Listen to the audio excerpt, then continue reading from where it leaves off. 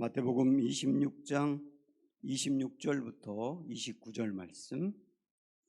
그들이 먹을 때에 예수께서 떡을 가지사 축복하시고 떼어 제자들에게 주시며 이르시되 받아서 먹으라, 이것은 내 몸이니라 하시고, 또 잔을 가지사 감사기도 하시고 그들에게 주시며 이르시되 너희가 다 이것을 마시라. 이것은 죄 사함을 얻게 하려고 많은 사람을 위하여 흘리는 바 나의 피 곧 언약의 피니라. 그러나 너희에게 이르노니 내가 포도나무에서 난 것을 이제부터 내 아버지의 나라에서 새 것으로 너희와 함께 마시는 날까지 마시지 아니하리라 하시니라. 아멘. 한 10여 년 전쯤에 스토리가 스펙을 이긴다라고 하는 그 책이 베스트셀러가 된 적이 있습니다. 이 책에 보면 맨 처음에 이런 이야기가 나오는데요. 저자가 두바이에 출장을 간 적이 있습니다. 그래서 한 번은 오전에 그 두바이 시내를 투어하는 버스를 타고 이곳저곳을 보고 있는데 가이드가 계속 그러는 겁니다. 여러분, 저 오른쪽 보세요. 저 건물이 세계 최고입니다. 여러분, 왼쪽 보세요. 이번엔 이 건물은 세계 최고의 쇼핑몰입니다. 그러면서 계속 세계 최고입니다, 뭐 세계 최초입니다, 세계 최대입니다. 계속 그러니까 그 안에 타고 있는 사람들이 이제는 무감각해지더라는 겁니다. 그러다가 그 두바이에서 아주 유명한 그 버즈 알 아랍이라고 하는 호텔이 있거든요. 7성급 호텔인데 그 호텔을 이렇게 가리키면서 저 호텔이 세계에서 최고의 첨단을 자랑하고 가장 화려합니다, 그렇게 이야기하는데도 뭐 가이드는 흥분해서 얘기하는데 그 안에 있는 사람들은 별 반응이 없더라는 거예요. 몇 달 후에 이 저자가 이번에는 필리핀 마닐라로 출장을 갔답니다.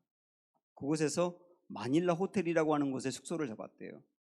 처음 거기에 가보는 거고 마닐라 호텔이라는 이름도 처음 들었습니다.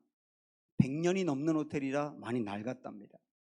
그 숙소에 들어가서 짐을 푼 다음에 이 숙소를 이렇게 둘러보다 보니까 거기에 책갈피가 하나 이렇게 있는데 그걸 보니까 이런 문구가 써 있더라는 거예요. 마닐라 호텔만 갔다면 그것은 좋은 이야기입니다. 이게 무슨 말이지 하고 봤더니 그 어니스트 헤밍웨이가 그 어떤 사람으로부터 어떤 소설이 좋은 겁니까? 라고 하는 질문을 받았을 때 그렇게 말했다는 겁니다. 그러니까 이분은 아마 헤밍웨이는 그 마닐라 호텔에 갔었던 적이 있는 것 같고 그것이 너무 좋아서 이 호텔만 갔다면 그 이야기는 좋은 이야기죠 라고 말했던 것이죠. 그리고 보니까 미국의 아이젠하워 대통령이라든지 비틀즈라든지 그 영화배우 뭐 존 웨인이라든지 로버트 케네디라든지 이러한 유명한 그 인사와 명사들이 다수 그 호텔에 머물렀던 적이 있고 지금도 계속 유명한 분들이 그 호텔에 오더라는 겁니다. 이분이 이제 생각을 했다는 거예요. 아니, 그 화려한 스펙으로 따진다면 두바이에 그런 호텔만한 게 어디 있겠느냐. 근데 사람들은 왜 그런 데 감동받지 않고 100년이 넘은 이 오래된 호텔에 감동을 받고 찾는가. 그러고 봤더니 그 호텔에는 수많은 스토리가 있더라는 거예요. 그래서 그것에 착안해서 스토리가 스펙을 이긴다, 그런 말을 한 것이죠. 우리들 살아가면서도 많은 그 스토리가 있는 사람이 있어요.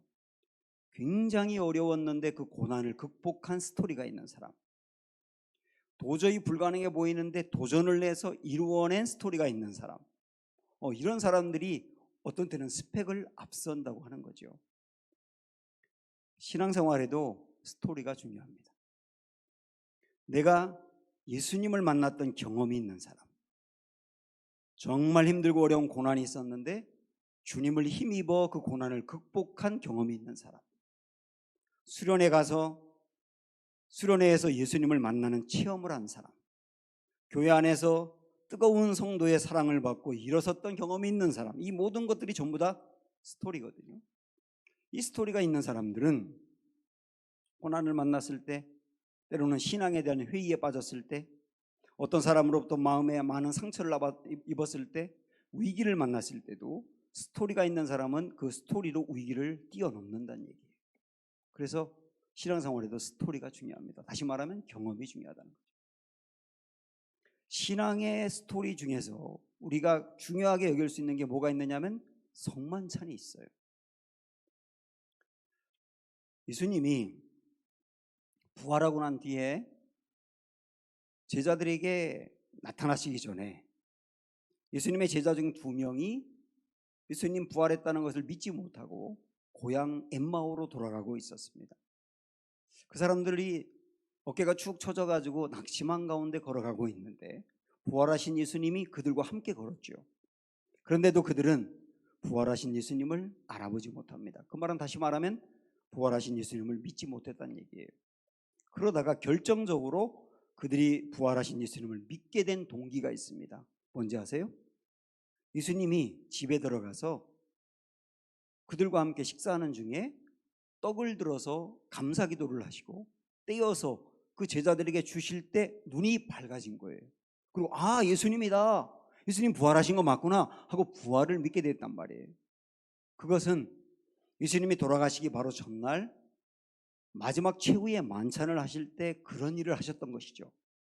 그러니까 최후의 만찬이 이 제자들에게는 굉장히 중요한 스토리가 되어서 나중에 부활을 믿는 결정적인 힘이 되었다, 그런 얘기예요.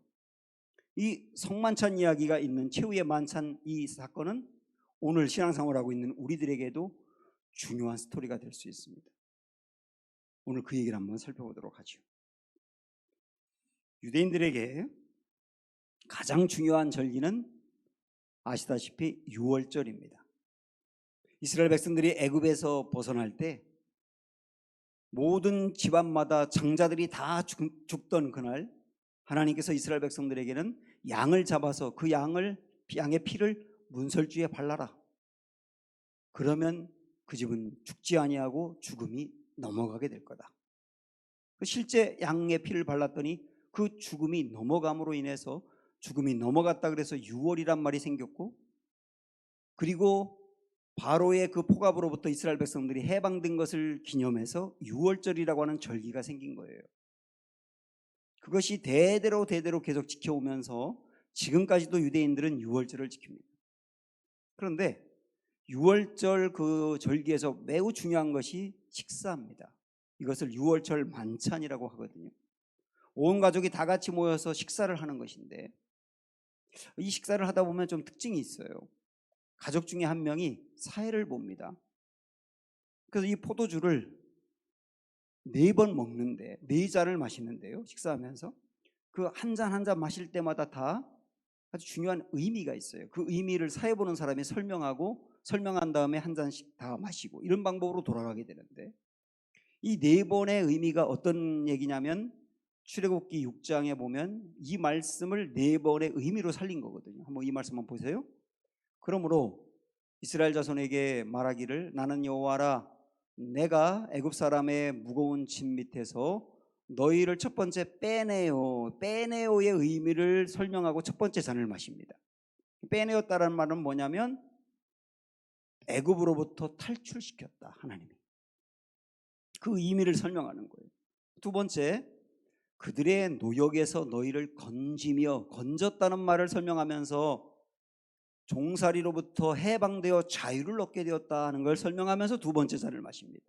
그리고 세 번째는 편팔과 여러 큰 심판들로서 너희를 속량했다는 말은 구원했다는 뜻이죠. 하나님이 우리의 조상들을 구원해내신 거야. 하나님은 지금도 우리를 구원해 주셔.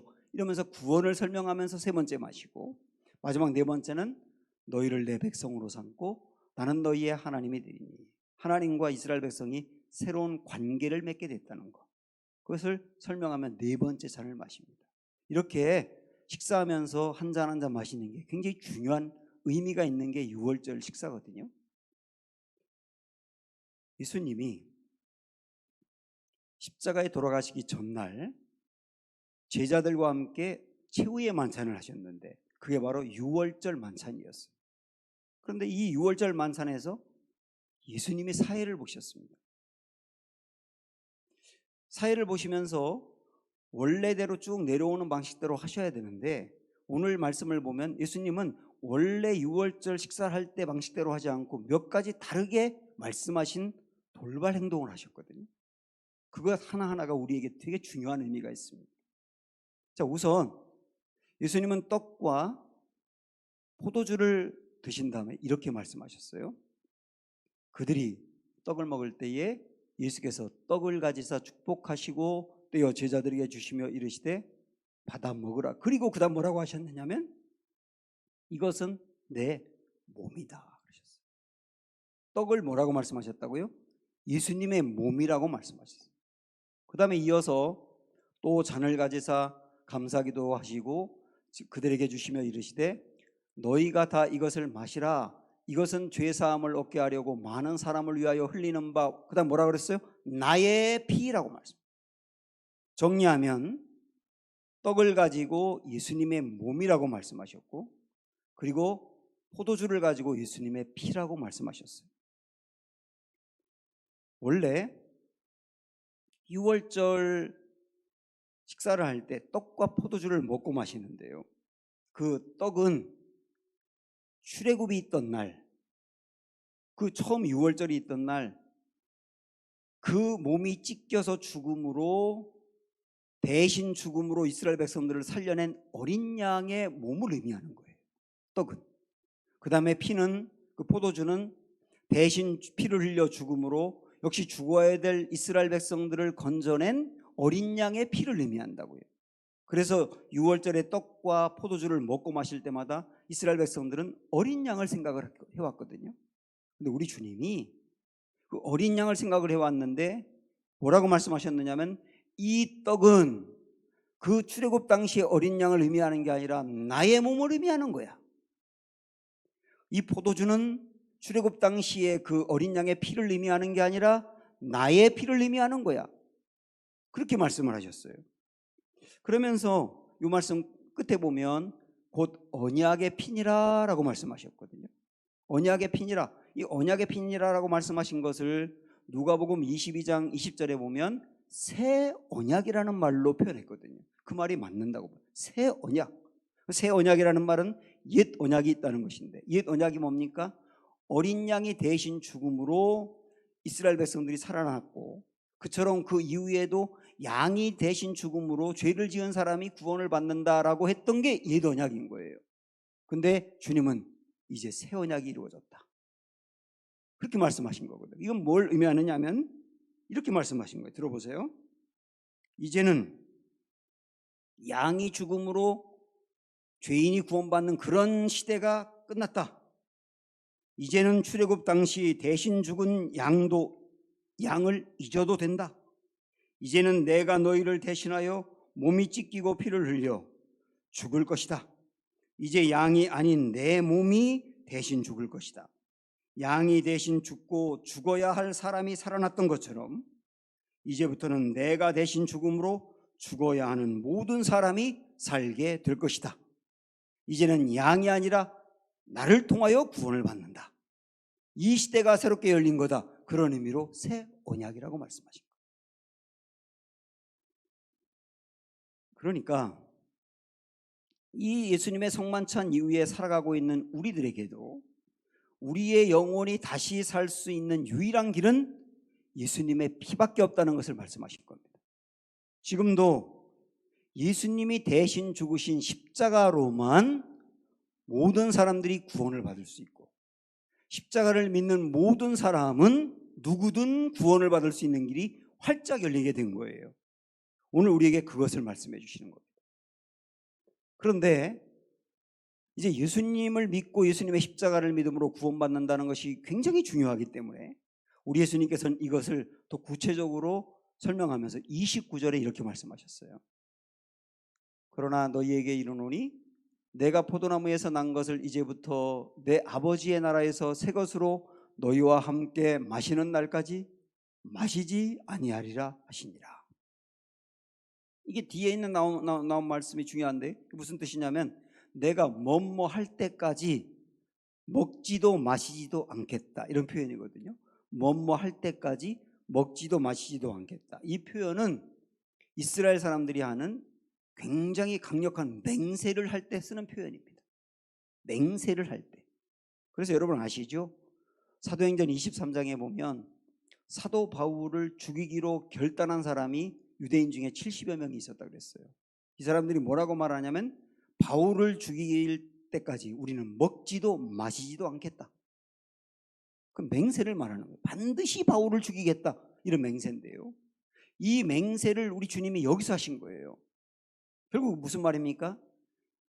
어떤 사람도 구원을 받는 길은 예수님의 십자가로만 가능하며 예수님의 십자가를 믿는 어떤 사람이든 누구나 구원을 받는다. 이것은 내가 오늘 이렇게 맹세한다, 이렇게 결단을 내리시면서 말씀하신 겁니다. 그래서 오늘 우리도 구원받을 수 있는 어떤 길이든 그 길은 예수님의 십자가를 믿는 거로만 가능하다는 거. 그리고 예수님의 십자가를 믿는 그 사람은 누구든 구원받는다는 거, 이것을 우리에게 말씀하셨다는 것으로 딱 붙잡으시면 되는 거예요.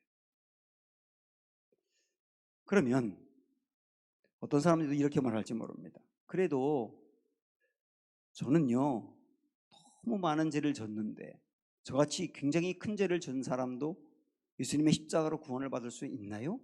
이렇게 질문할 수 있어요. 오늘 예수님이 성만찬을 한 이 사건 있기 바로 전에 그 앞에 있는 말씀을 보면 예수님께서 21절에 그러셨거든요. 제자들에게 너희 중에 한 사람이 나를 팔리라. 그러니까 그 말을 들은 제자들이 깜짝 놀라면서 그 누구지? 누가 예수님을 판다는 거지? 왜 궁금해하잖아요. 그때 예수님이 23절에서 뭐라고 말했냐면 나와 함께 그릇에 손을 대는 자가 나를 팔리라. 그렇게 예수님 말씀하실 때 딱 두 명만 그릇에 손을 댔어요. 한 분은 예수님이고 또 한 사람은 가룟 유다였던 겁니다.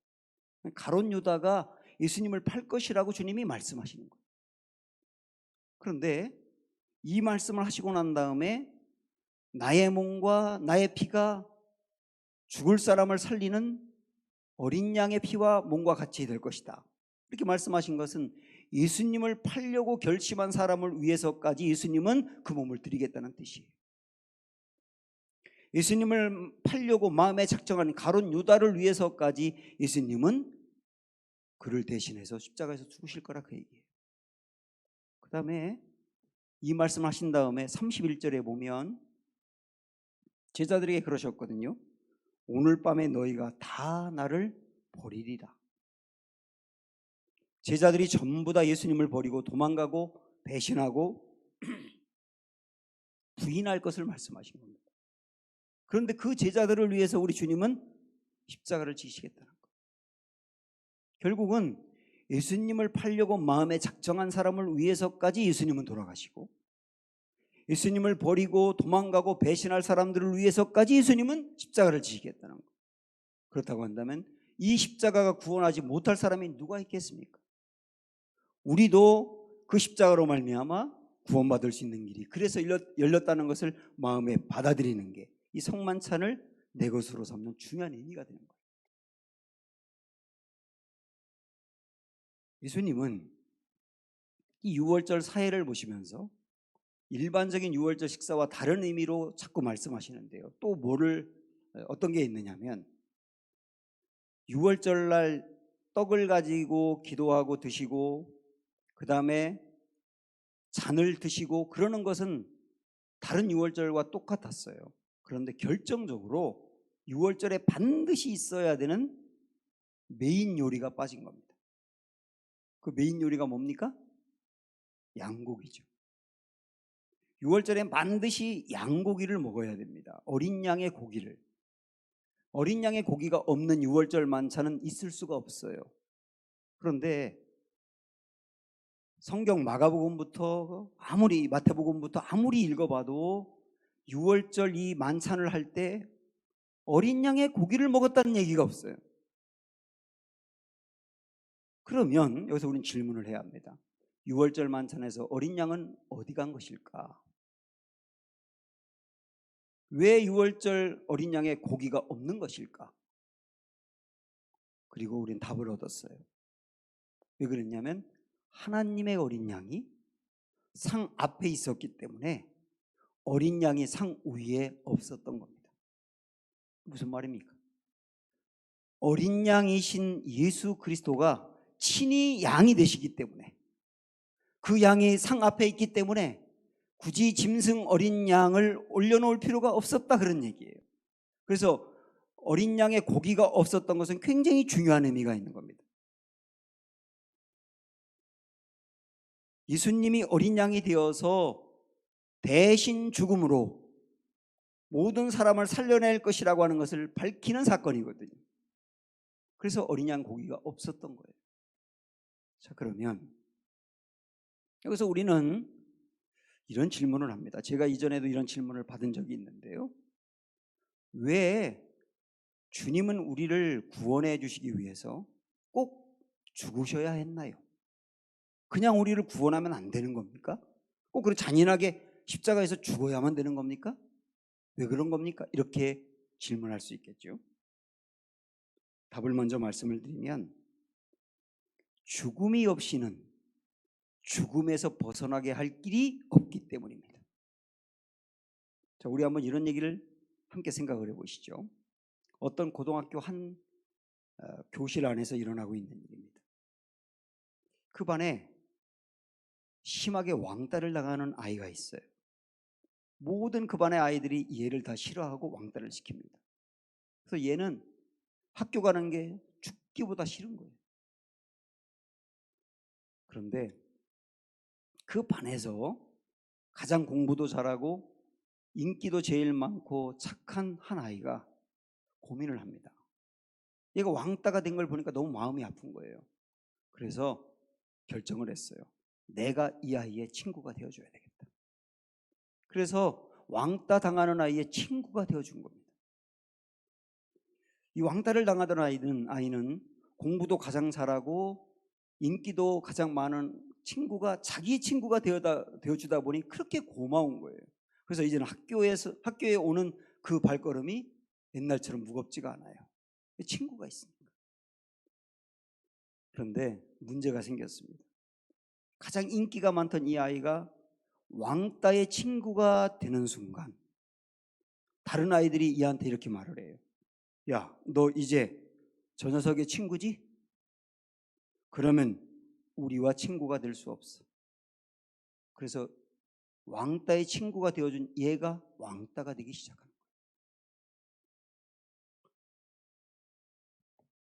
왕따를 건지기 위해서 왕따가 되었던 겁니다. 왕따를 건져내는 길은 자기가 왕따가 되는 것밖에 없기 때문에,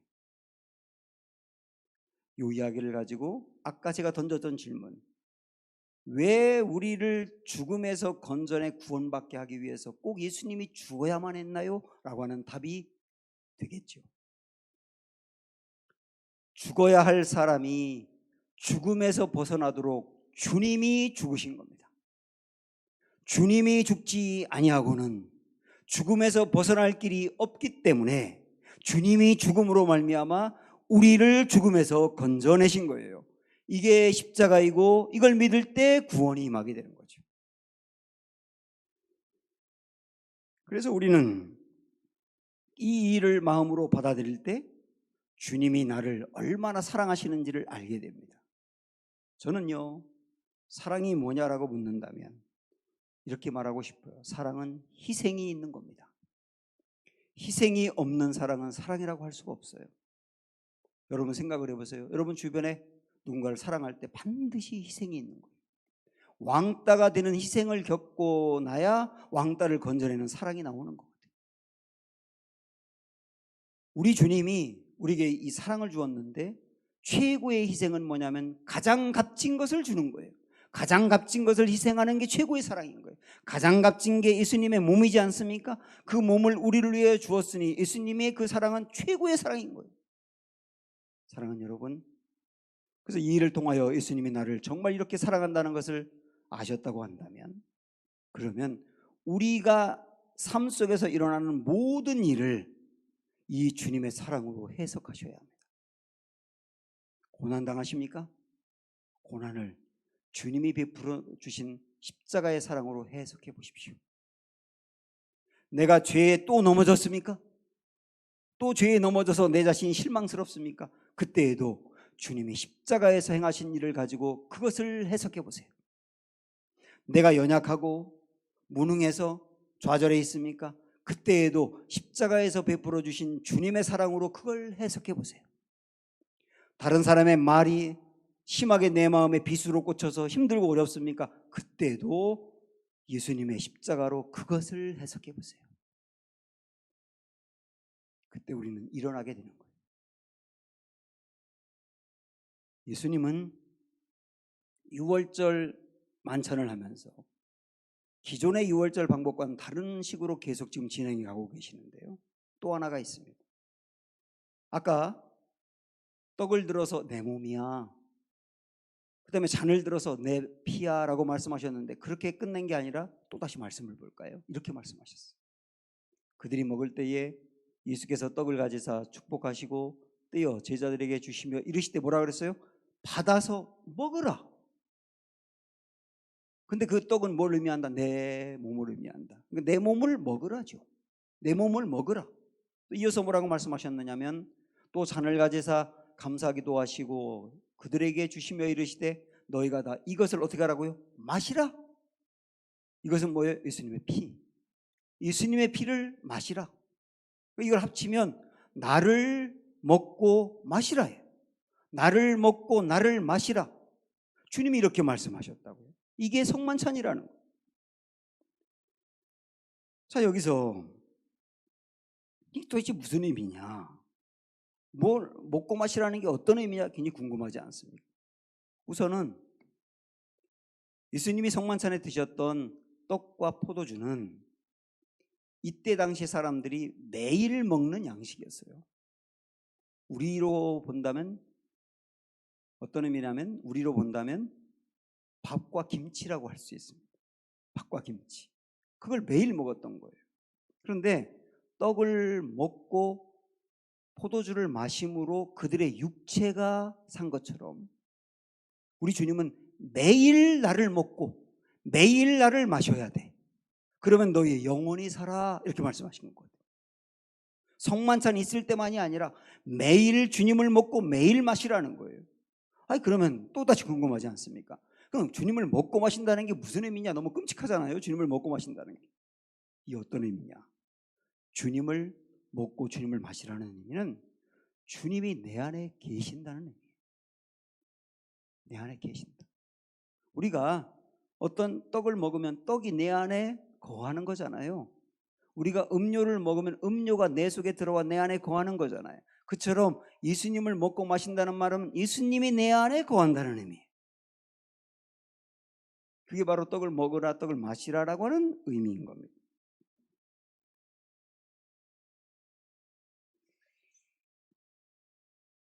다시 말하면 주님이 내 안에 거한다라고 하는 말은 나와 연합한다거든요. 구원이라고 하는 것은 대속 플러스 연합이거든요. 죄에서 나를 어린 양이 대신 죽음으로 죄에서 나를 건져낸 것이 구원이고, 근데 그것으로 끝나는 게 아니라 진정한 어린 양이 되시는 그 예수님이 내 안에 들어오셔서 나와 함께하는 상태, 연합. 이게 합쳐진 게 구원이라고. 그래서 여러분 구원받았다고 하는 말은 예수님의 십자가로 말미암아 예수님이 죄값을 치루어서 내가 죄에서 벗어났다는 의미가 있지만 또 하나는 그 주님이 지금 영으로 내 안에 계신다는 의미가 있는 거예요. 이 두 가지 합친 게 구원이라고. 내 안에 주님이 계시다. 얼마나 놀라운 일입니까? 내 안에 계신 주님은 영원한 생명을 갖고 계신 분인데 그 주님이 내 안에 계시다는 말은 내가 영원한 생명이 내 안에 있다 그 말 아닙니까? 가장 가까운 관계는 함께하는 것도 아니고 곁에 있는 것도 아니고 그 속에 있는 거예요. 우리 주님은 우리와 함께하기도 하지만 우리의 곁에 있기도 하지만 더욱 우리 속에 우리 안에 계십니다. 그래서 요한복음 14장에 보면 이렇게 말씀하셨죠. 그날에는 내가 아버지 안에 너희가 내 안에 내가 너희 안에 있는 것을 너희가 알리라. 내가 너희 안에 있다 이러셨잖아요. 그래서 여러분이 이걸 느끼든 느끼지 못하든 구원받으신 분 안에는 주님이 계십니다. 주님이 내 안에 계시다고요. 놀라운 일이죠. 자, 그러면 여기서 고민이 빠졌습니다. 주님이 내 안에 계시다? 주님이 내 안에 계시는데 그 주님은 영원한 생명이 있는 분이다? 그 영원한 생명이 있는 내 안에 있다면 나의 삶이 늘 생명력이 넘쳐야 되는 거잖아요. 그런데 많은 성도들이 주님이 내 안에 있다는 것을 믿는데 근심과 염려와 두려움 가운데 빠져 살아요. 그리고 어떤 죄에 너무 쉽게 또 넘어지고 또 넘어집니다. 그리고 마치 자기 인생을 자기가 책임져야 되는 것처럼 쩔쩔매며 삽니다. 이 모든 것들은 생명이 없는 모습이거든요. 그럼 분명히 주님이 내 안에 계시면, 생명이신 주님이 내 안에 있어서 우리의 삶은 생명력이 넘쳐야 되는데 실제 우리는 왜 이렇게 생명력을 잃어버리고 사는가? 이런 고민이 있어요. 반대로 그러면 내 안에 계신 주님이 분명한데 우리가 어떻게 생명력 넘치는 삶을 살 수 있을까? 이겁니다. 내 안에 계신 주님과 교제를 하셔야 되는 거예요. 내 안에 계신 주님과 친밀하게 교제를 하셔야 되는 거예요. 주님과 친밀하게 교제하면 교제할수록 우리 안에는 생명력 넘치는 삶이 나타나서 걱정과 근심과 두려움을 벗어버리게 되고 계속 반복적으로 빠져 살던 죄에서 우리는 성장하여 뛰어넘게 되고 내가 내 자신을 책임지는 것처럼 쩔쩔매는 인생이 아니라 정말 주님께 내 인생 맡기면서 평강과 담대함으로 살아가는 인생으로 바뀔 수 있는 겁니다. 이 우리가 지속적으로 해나가야 될 일이에요. 그러면 매일 음식을 먹는 것처럼 매일 주님을 먹는 일이 되는 겁니다. 자, 주님이 내 안에 있다. 지금 이 말씀 드렸지 않습니까? 그럼 여기서 또 하나 이런 질문이 생길 수 있어요. 근데요, 목사님, 저는 너무 형편없는 삶을 살거든요. 정말 많은 죄를 짓고 형편없는 삶을 살거든요. 그럼 내 안에 계신 주님이 내가 그 형편없는 죄를 지을 때 다 아시는데 그런데도 우리 안에서 계속 연합하여 같이 계실까요? 모르는 것도 아니고 내 안에 계시니까 내 생각도 알고 나의 삶도 알고 다 아시니까 내가 형편없는 삶을 살아갈 때 그걸 보면서도 계속 내 안에 계실까요? 이런 질문이 있을 수 있죠. 오늘 말씀을 다시 보셔야 합니다. 자, 성만찬할 때 주님이 어떻게 하셨는지. 그들이 먹을 때에 예수께서 떡을 가지사 그다음 뭐라고 하셨냐면 축복하셨다 그랬어요. 이걸 기억하세요. 축복하셨다. 그다음 뒤로 넘어가서 이번엔 잔을 가지고 드실 때 어떻게 했냐면 넘겨보세요. 이번엔 잔을 가지고 감사기도 하셨다고 나와요. 우리는 이 축복했다 감사기도 했다는 말을 좀 강구하는 경향이 있는데 이게 굉장히 중요한 말씀이에요. 이건 뭐냐? 주님이 분명히 내 안에 계신다. 내 안에 계시는 거 맞죠? 내 안에 계신데 어떤 모습으로 계시느냐? 지금 내 안에서 어떤 모습으로 계시느냐? 이런 모습으로 계시는 겁니다. 나를 축복하며 나를 위해 감사기도 하며 그렇게 내 안에 계시는 거예요. 나를 축복하며 나를 위해 감사기도 하며 그런 모습으로 계신다고요. 이것이 진짜 감사한 은혜인 겁니다. 만일 주님이 내 안에 계시는데 이렇게 말씀하신다고 생각을 해보세요. 야, 내가 너를 위해서 내 몸을 다 내주었어. 나는 내 몸을 아낌없이 너를 위해서 다 주었어. 내 목숨까지 주었어. 그런데 너는 왜 나에게 그만큼 안 줘? 나는 너에게 다 주었는데 너는 왜 이렇게 조금밖에 안 줘? 이렇게 우리에게 말씀하신다면 얼마나 이게 우리를 눌리게 하는 일이 되겠습니까? 그런데 주님은 우리에게 다 주셨으면서 우리 안에 그런 모습으로 계신 게 아니라 어떤 모습으로 계시다고요? 축복하며 계시다. 축복하며 계시다. 끊임없이 축복하며 계신다고요. 그래서 우리가 부족해도 우리에게 기대하며 축복하시는 거고 우리가 형편없어도 달라질 것을 변화될 것을 기대하며 축복하며 계시는 거예요. 주님이 우리 안에 어떤 모습으로 계시다고요? 축복하며 계신다고요. 또한 감사기도 하며 계신다고요. 감사기도 한다는 말이 무슨 뜻입니까? 여러분이 누군가를 위해서 감사기도 한다는 말은 글에 대해서 긍정적으로 기대한다는 뜻이잖아요. 주님은 우리 안에서 우리에 대해서 우리의 형편이 어떠하든지 항상 우리에 대한 감사기도, 긍정적인 기대를 가지고 우리 안에 계신다고요. 이거를 우리가 알 때 정말 감사하게 됩니다. 언젠가 예수님이 사마리아 우물가의 여인을 만나신 장면을 제가 묵상한 적이 있어요. 그때 제게 주신 은혜가 있는데, 사마리아 우물가의 여인을 만나신 주님이 그 여인에게 이렇게 말씀하시는 것처럼 저에게 들렸어요. 너는 지금 너의 모습을 보면서 너 자신을 포기했지. 너에 대해 스스로 아무런 기대 없이 살아가고 있지. 우리 주변에도 자기 자신이 자기를 포기한 사람이 있어요. 아무런 기대 없이 그냥 사는 사람이 있어요. 사마리아 우물가의 여인은 틀림없이 그랬을 거예요. 그 다음 들어보세요. 주님이 계속 이렇게 말씀하시는 것 같았어요. 그런데 너 알고 있니? 너는 너를 포기했을지 몰라도 나는 네가 포기한 너까지 포기하지 않아.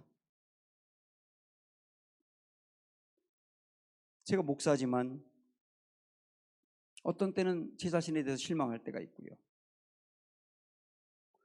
이런 모습으로 어떻게 목회를 할 수 있지? 이렇게 생각할 때도 있고, 제가 이 말씀을 묵상할 때도 그런 때였어요. 그때 주님이 이 음성을 저에게 들려주면서 네가 포기한 너까지 나는 포기하지 않아 라고 하는 그 음성이 저에게 얼마나 은혜가 되고 저를 일으켜 세웠는지 몰라요. 주님이 내 안에서 축복하고 감사기도 하신다는 것은 바로 이 말씀입니다. 너 스스로를 포기한 너까지 나는 포기하지 않아. 그 모습으로 내 안에 계시기 때문에 내가 형편없이 무너질 때에도 주님이 내 안에 계신 연합의 관계는 계속 유지가 되고 있는 거예요. 성만찬은 제자들에게 스토리가 됐어요.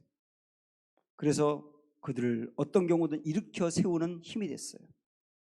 오늘 이 성만찬을 통해서 우리에게 보여주신 주님의 사랑이 여러분에게 영적인 스토리가 되시길 바라고, 이것으로 인하여 항상 믿음 안에 거하며 흔들리다가도 다시 일어설 수 있는 은혜가 있기를 축원합니다.